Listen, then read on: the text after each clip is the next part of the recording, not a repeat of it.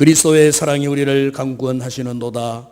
우리가 생각하건대 한 사람이 모든 사람을 대신하여 죽었은즉 모든 사람이 죽은 것이라.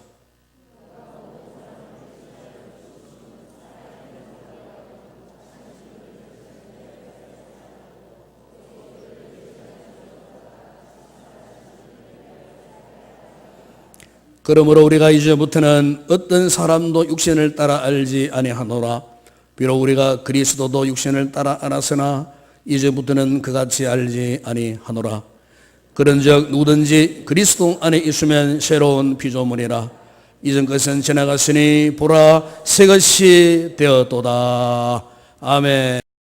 어느 TV 채널에서 제가 이런 프로를 본 적이 있습니다. 아마 여러분 가운데도 이 프로를 본 적이 있을지 모릅니다.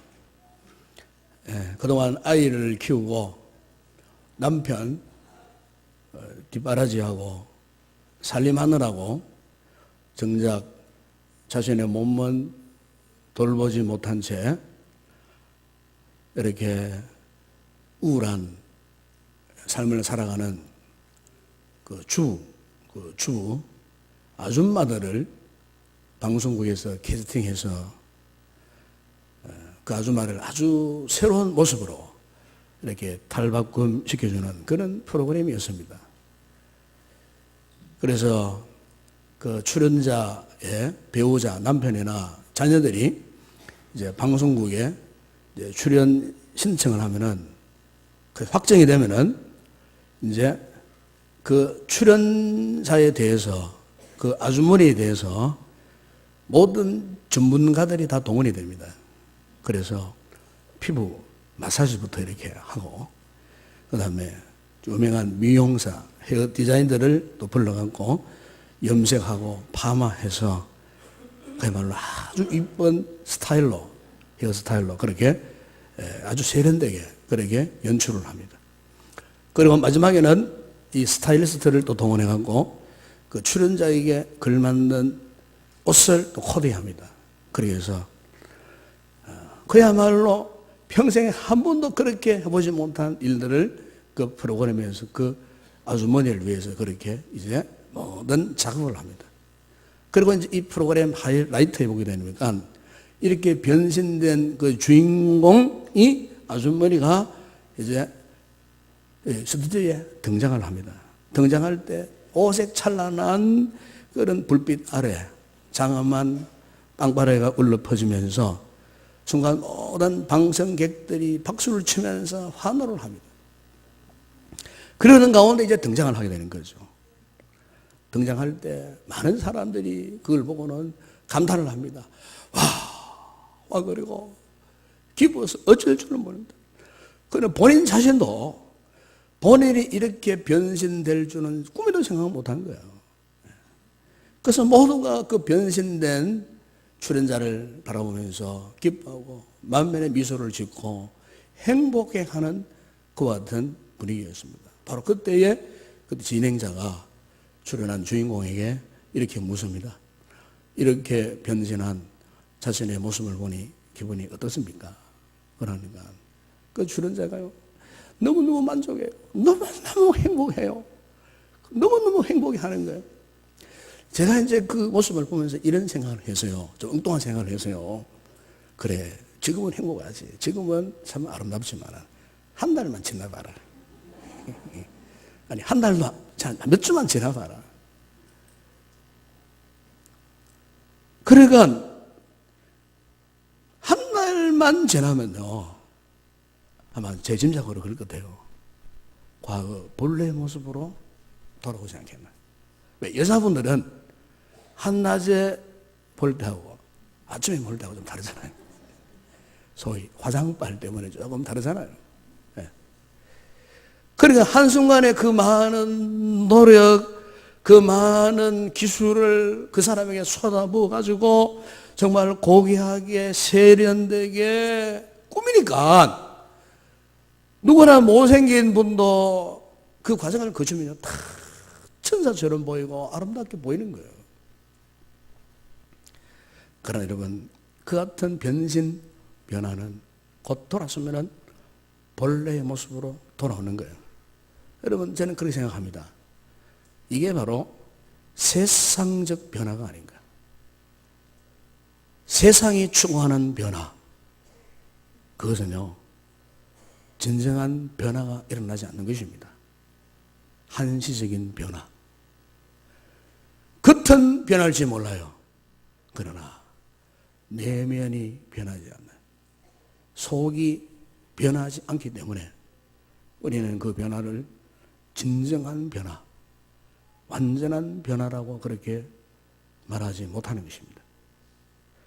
사랑하는 여러분, 그러나 저는 오늘 우리 성도들은 특별히 우리가 예수 그리스도를 영접하고 성령으로 거듭난 뒤에 하나님의 자녀된 우리 성도들의 변화, 그것은요, 내면의 변화부터 일어나는 겁니다. 우리의 속 사람이 근본적으로 변화가 일어난다, 그 말입니다. 여러분, 이 같은 변화를 진정한 변화라고 말하는데, 오늘 보면 여러분 사도 바울이 17절에서 이렇게 선포하지 않습니까? 그런즉 누구든지 그리스도 안에 있으면 새로운 피조물이라, 이전 것은 지나갔으니 보라 새 것이 되어도다. 여러분, 예수님을 믿고 변화된 사람들 중에서 사실 사도 바울만큼 그렇게 완전하게 변화된 사람을 찾아보기 힘들어요. 여러분, 우리 사도 바울 잘 알지 않습니까? 사도 바울은 본래가 율법주의자였습니다. 그 자신의 스스로 고백했잖아요. 나는 히브리인 중에서도 히브리인이고 나는 바리새인의 율법 사상을 가지고 살았고, 그는 그래서 예수 믿는 사람들에게 율법을 변장할 정도로 율법에 정통했고 율법에 특심했던 사람이었습니다. 그래서 한때 청년 시절에는 율법을 어기거나 율법을 지키지 않는 사람들에게 고발하고, 그래서 그들을 벌 주기 위해서 행동대장으로 활약했던 사람, 이 사람이 바로 바울이었습니다. 그의 기세가 얼마나 등등하고 교만했으면 예루살렘에 있던 교회들을 비판을 했습니다. 스데반 집사를 순교하도록 동조까지 한 사람 아닙니까? 그것도 모자라서 멀리 다메섹에 있는 그리스도인들을 비판하려고, 그래서 원정 핍박까지 계획하고 실행했던 사람이 바로 이 바울 아닙니까, 여러분? 이 바울이 다메섹으로 가는 도중에 예수 그리스도를 극적으로 만났어요. 그때 예수님께서 예수님 앞에 이런 질문을 했어요. 당신이 누구십니까? 물었을 때 예수님께서 그 바울에게 나는 네가 비방하는 예수니라. 그가 그토록 싫어했고 그가 그토록 비판했던 예수님을 그가 직접 만났을 때에 여러분, 그 순간 그 인생이 다 깨어지고 그 인생에 새로운 변화가 일어나게 되었다는 것입니다. 그가 예수 그리스도를 영접한 후에 예수 그리스도가 하나님의 아들이시라는 사실, 예수님이 십자가에 못 박혀 죽으셔서 인류의 구원을 담당하신 구원자라는 사실을 이 사도 바울은 그때부터 천하 만민에게 이 놀라운 복음을 전파하는 그런 사람이 되었습니다. 한 사람의 변화를 통해서 여러분, 그 당시에 교회가 예루살렘 중심이었습니다. 그런데 그 교회를 전 세계적으로 넓혀가는 교회로 확장시킨 사람이 바로 바울 아닙니까, 여러분? 본래는 유대인 중심의 교회에서 이제는 이방인에게까지 복음이 확산되는 그런 교회로 세웠던 사람이 사도 바울이에요. 구시대에 닫혀있던 그런 교회를 이제는 새시대에 열린 교회로 세워나갔던 사람이 바로 사도 바울이었어요. 사도 바울.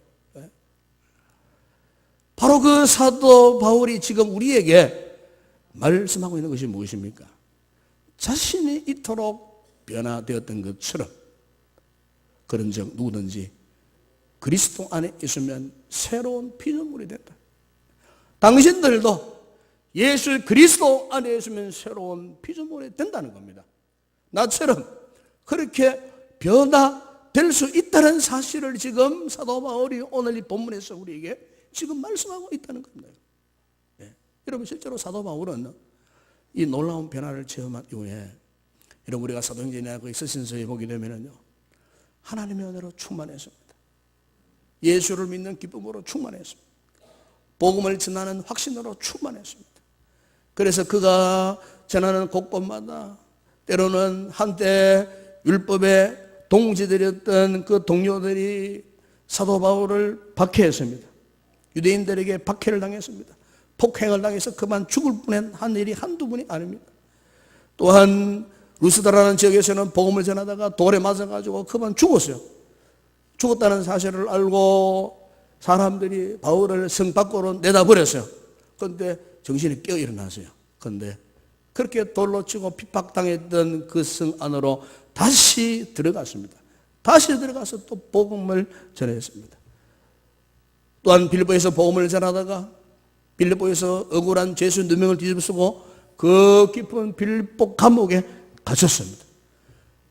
빌립보 감옥 안에서도 하나님을 찬미하고 기도했을 때 역사가 일어나지 않았습니다. 복음 때문에 수많은 핍박과 수많은 박해를 당하였습니다. 그의 마지막 3차 전도 여행을 마치고 예루살렘에 올라가서 결국 어떻게 되었습니까? 유대인들에게 체포되고 로마 군대에 넘겨져서 재판을 받고 로마로 끌려가 옥중 생활을 하고 마지막에는 참수형을 당해까지 마지막 그 인생을 오직 예수 때문에 생명을 내어던졌던 그 바울, 참으로 놀라운 변화의 사람이 바로 사도 바울이 아니었겠습니까? 여러분? 한때 예수를 비방하는 채 선봉했었던 그가 나는 이제 예수 그리스도만을 존귀케 하는 삶을 살겠노라. 예수를 아는 지식이 가장 고상하여 내 가진 모든 것들을 배설물로 여긴다고 나는 살든지 죽든지 내 몸에서 그리스도가 존귀하게 되게 하려 하겠다고. 나는 예수 십자가에 못 박혀 죽었다고. 나는 예수 그리스도의 종, 나는 예수 그리스도의 노예라고. 철저하게 여러분 보십시오. 사울이 변하여 바울이 되는 놀라운 변화의 인생을 살았던 사람이 바로 사도 바울입니다. 여러분 오늘날 교회 안에 많은 분들 가운데는요 변화를 좋아하지 않는 분들이 있는 것 같아요. 오히려 변화되는 것을 부담스러워하는 그런 분들이 있어요. 예수님을 믿으면서도 변화되는 것을 거부하는 사람들이 있다 그 말입니다. 여러분 죄송한 말씀이지만 그런 분들은요 아직 예수님을 진정으로 만난 사람이라고 말할 수 없어요. 그러나 여러분 우리가 예수님을 진정으로 만나면요 반드시 놀라운 변화가 일어납니다. 우리 안에서부터 우리 속 사람의 변화를 경험하게 돼요. 이것은 세상이 어느 곳에 가더라도 세상 그 무엇으로는 절대로 경험할 수 없는 변화예요. 오직 예수 그리스도를 통해서 우리 인생을 바꿔주시는 변화시켜주시는 거룩한 변화, 신령한 변화, 행복한 변화 그것은 오직 예수 그리스도 안에 있을 때만이 경험되어지는 그런 변화라는 것입니다. 여러분 만약 여러분 오늘 우리 가운데 이 신앙생활을 하는데도 이 같은 진정한 변화가 없다 그런 분들이 있거든요. 오늘 이 부분에 이 말씀을 한번 주목할 수 있기를 바랍니다. 왜냐하면 오늘 이 말씀은 우리가 예수 안에 있으면은 반드시 진정한 변화가 온다는 사실을 지금 바울은 선포하고 있어요. 자, 그렇다면 여러분 어떻게 이런 놀라운 변화, 진정한 변화를 우리가 경험할 수 있느냐? 여러분 바울이 14절에서 우리 이렇게 말씀하고 있습니다. 여러분 보십시오. 그리스도의 사랑이 우리를 강권하시는도다. 우리가 생각하건대 한 사람이 모든 사람을 대신하여 죽으선즉 모든 사람이 죽은 것이라고 했어요. 특히 여러분에게 사도 바울은 자신이 어떻게 변화되었는지 그가 변화되어 가지고 자신의 목숨까지도 아까워하지 않고 이렇게 생명 바쳐 복음을 전하고 있었던 위대한 생활을 살게 된 그 위대한 고백이 어디에서 시작되었느냐? 한마디로 이겁니다. 그리스도의 사랑이 우리를 강권하시는도다. 아멘? 여러분 지금 바울은요 자신의 변화를 예수의 사랑이 자신을 강권했기 때문에 그렇게 표현하고 있는 거예요. 여러분, 여기에 강권한다, 이 헬라 말의 의미는 붙잡는다, 밀어준다, 그런 뜻이에요. 영어 성경에 보니까 컨트롤 한다고 말이에요. 통제한다고 말이에요. 통제. 그러니까 우리가 지금 여기 있는 이유, 내가 이렇게 오늘도 세상 길로 가지 않고 예배 자리에 이렇게 나올 수 있도록 나의 몸과 마음과 생각과 의지와 인격을 이렇게 움직여 주는 어떤 동기가 있다고 말이에요. 뭔가가 지금 나를 붙잡고 있어요. 다른 곳으로 갈 수 없도록 어떤 손길이 있다라고 말이에요. 그게 뭐냐? 그게 바로 예수 그리스도의 강권하시는 사랑이라는 것입니다. 여러분, 오늘 우리가 사실 과거에 예수 믿기 전에 어떠했습니까? 예수 믿기 전에는 우리 마음대로 살았잖아요. 우리 마음대로. 내 생각대로, 내 뜻대로, 내 기분대로, 내 감정대로. 그때는 우리의 생각이 우리를 움직였어요. 우리가 원하는 것이 우리의 발걸음을 움직였어요. 그런데 예수 그리스도를 진정으로 모신 이후에 우리의 삶은 이제 더 이상 내 마음대로 안 되더라고요. 인정하십니까?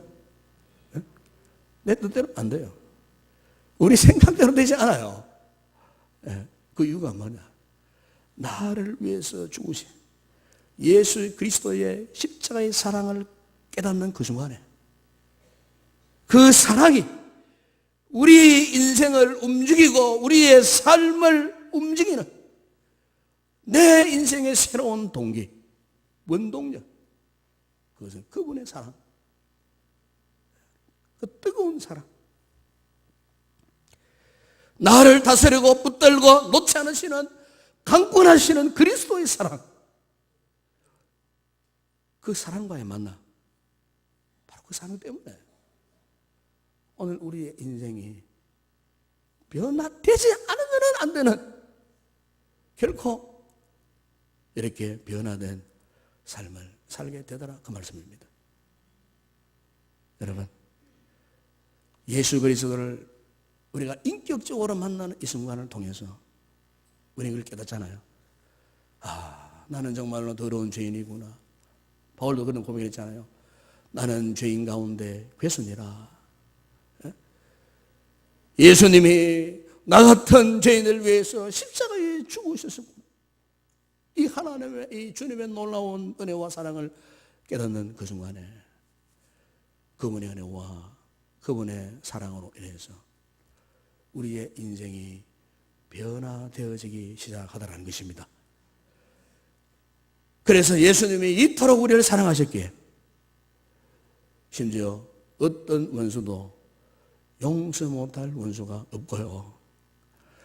나는 과거에는 도저히 할 수 없었던 그 일을 이제는 하게 되고요.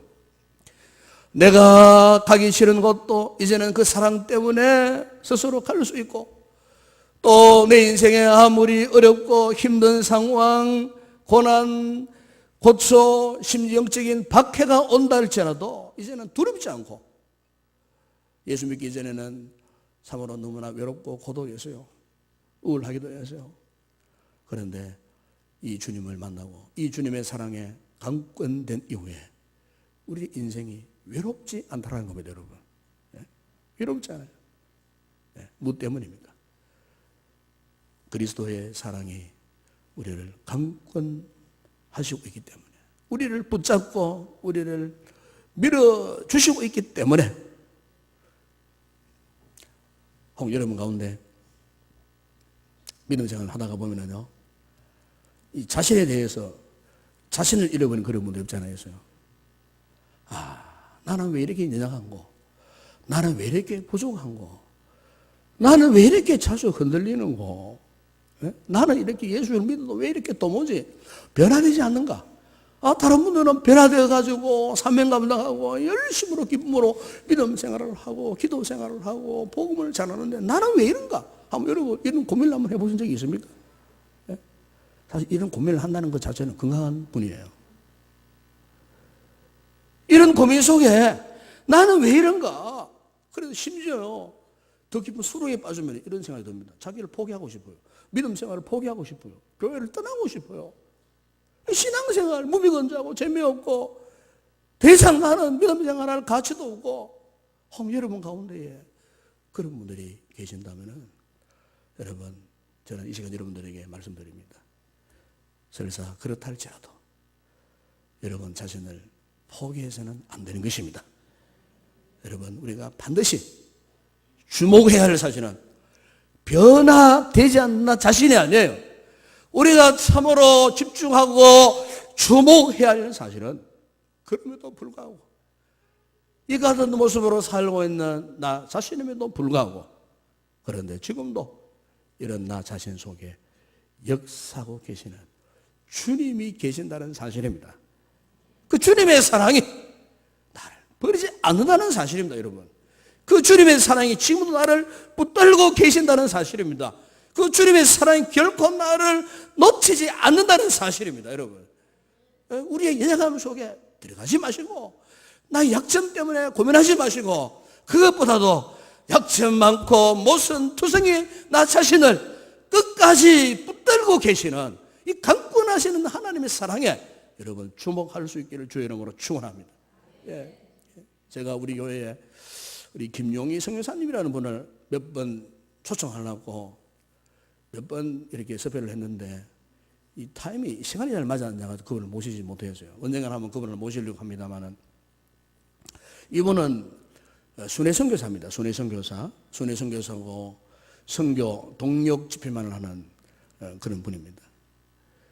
그런데 그분의 책을 읽다가 보니까 그분의 그 선교 일화 가운데에 이런 이야기가 있었어요. 한 번은 이 김용희 선교사님이 이 선교사 모임에 말씀을 전하러 가셨답니다. 그래서 하루 먼저 가셨어요. 기도로 준비하시려고. 그래서 다음날 말씀을 이제 전할 준비를 하기 위해서 그래서 준비하고 있는데 마침 이제 수련회에 참석한 이 선교사님들이 옆방에서 나누는 대화를 우연히 듣게 되었어요. 그런데 이 선교사님들이 나누는 이 대화를 듣고서는 이 선교사님이 너무나 낙심이 되었다고 해요. 어떤 대화냐면은 어떤 선교사님이 말하더랍니다. 이제는 너무 지쳤어요. 이제는 너무 지쳤어요. 힘도 맥도 다 빠지고 다 지쳤어요. 그러니까 옆에 있는 다른 선교사님이 나는 이제 더 이상 하나님의 사랑이 느껴지지 않아요. 참 갈수록 태산해요.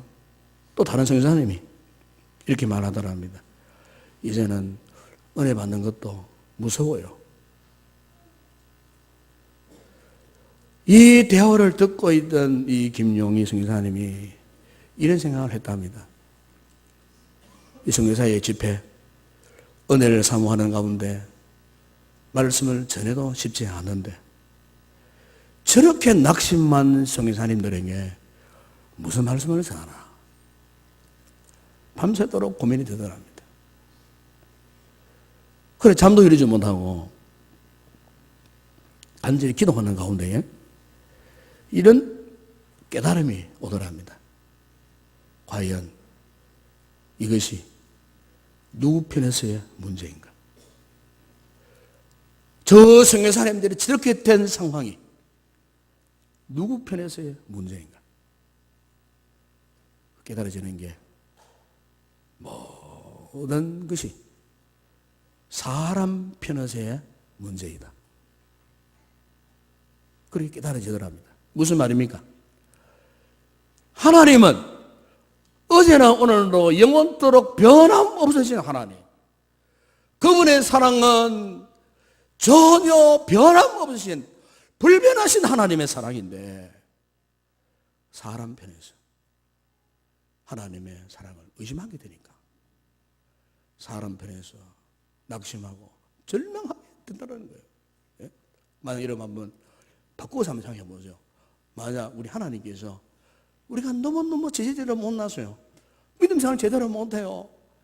제대로 섬기지도 못하고 믿음 생활 날마다 실패해요.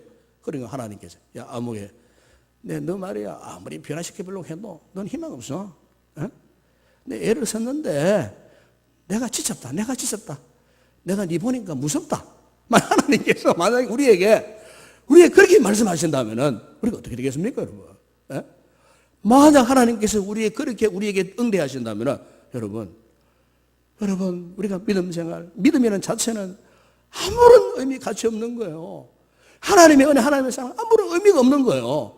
근데 여러분 우리가 아무리 약하고 아무리 변화되지 않고 우리가 아무리 불순종하고 아무리 우리가 말씀을 거역하고 아무리 우리가 주님의 마음을 아프게 하고 하나님을 힘들게 만들어도 그분은요 절대로 우리를 버리시거나 포기하거나 그분의 사랑이 어떤 변화가 일어나는 결코 아니에요.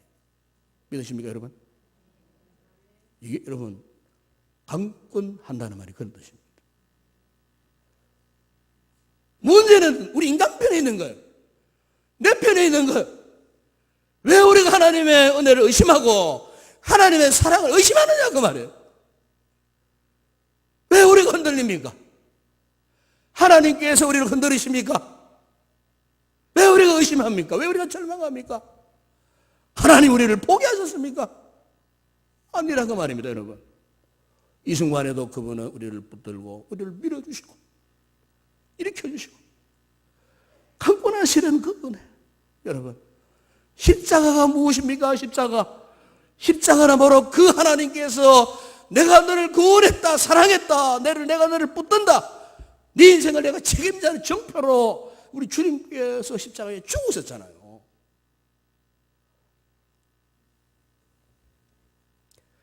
우리 주님께서 요한복음 13장 1절에서 6월절 전에 제자들을 불러 모으시고 이렇게 말씀하신 적이 있습니다.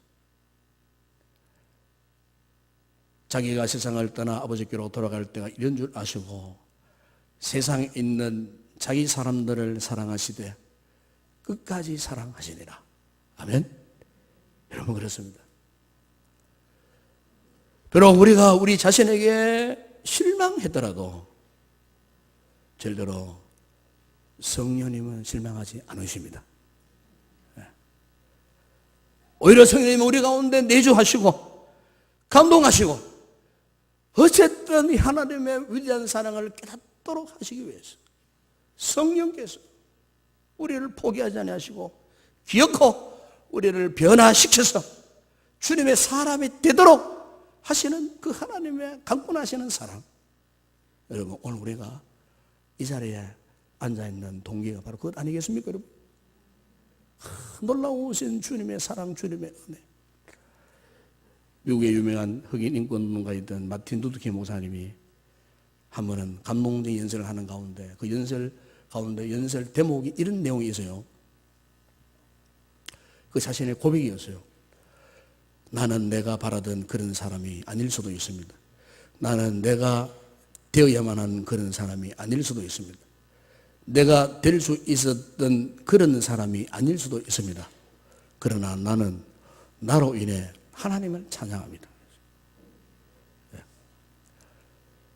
참으로 자신을 돌아보면 실망할 수밖에 없고 낭망할 수밖에 없고 내가 왜 이 모양이냐 아무런 가치 또 의미도 없을 만한 삶을 살아가는 인생이지만 그럼에도 불구하고 나는 나로 인해 하나님을 찬양합니다. 여러분 그렇습니다. 우리 주님은요 우리 자신을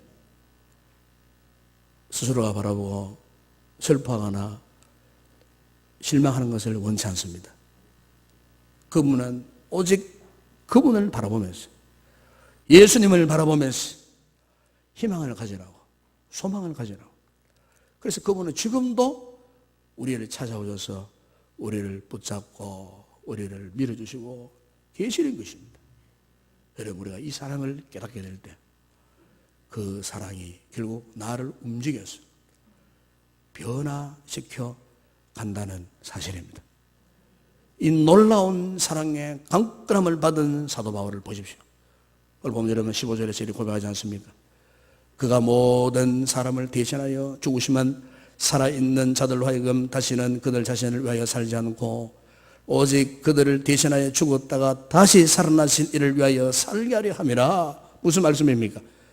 주님의 그 강권하시는 사랑으로 자신의 삶의 목적이 바뀌었다는 것입니다. 이제는 자신을 위해 살지 않고 이제는 예수를 위해 살겠다는 것입니다. 그러니까 주님이 주신 인생의 새로운 방향, 새로운 비전대로 살겠다는 것입니다. 뿐만 아니고 여러분 힘있게 보면 이렇게 고백합니다. 그러므로 우리가 이제부터는 어떤 사람도 육신을 따라 알지 아니하노라. 비록 우리가 그리스도도 육신을 따라 알았으나 이제부터는 그같이 아니하노라. 무슨 말씀이에요? 바울은 이 강권하시는 주님의 사랑으로 인해서 이제는 육신을 따라 살지 않고, 다시 말하면은 세상적인 가치대로 살지 않고 이제는 주님이 주신 새로운 신령한 가치관을 따라서 살겠다는 것입니다. 사랑하는 여러분, 오늘 자신을 한번 돌아봤으면 좋겠습니다. 오늘 여러분은 지금까지 얼마나 변화되었습니까? 여러분, 예수 그리스도를 만나면요, 필연적으로 우리 인생이 새로워집니다. 왜요? 그 사랑이 우리를 강권하기 때문이라 그 말이에요. 비록 우리가 연약한 존재라도 그 사랑은 절대로 우리를 포기하지 않습니다. 우리를 끝까지 붙들고 끝까지 우리를 이끌어 가십니다. 바라기는 오늘 우리 모든 성도들이 이 놀라운 주님의 사랑 안에서 새로운 삶의 동기를 얻게 되기를 주의 이름으로 축원합니다.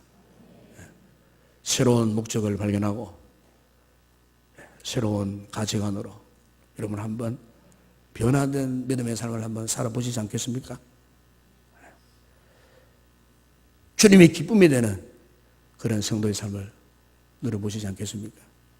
잊지 마십시오. 이 순간에도 우리 주님의 사랑이 우리를 강권하십니다.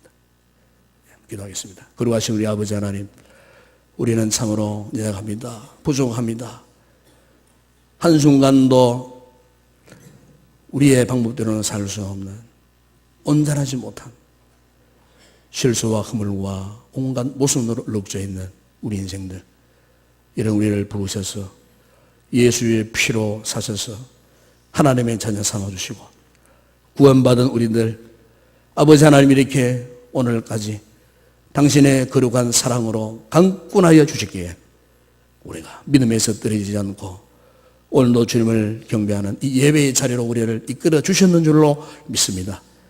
혹 우리 성도들 가운데 신앙에 스스로 실망하고 자포자기하는 성도들이 있다면 오늘의 이 말씀을 다시 한번 기억하고 그리스도의 사랑이 강권하시는도다.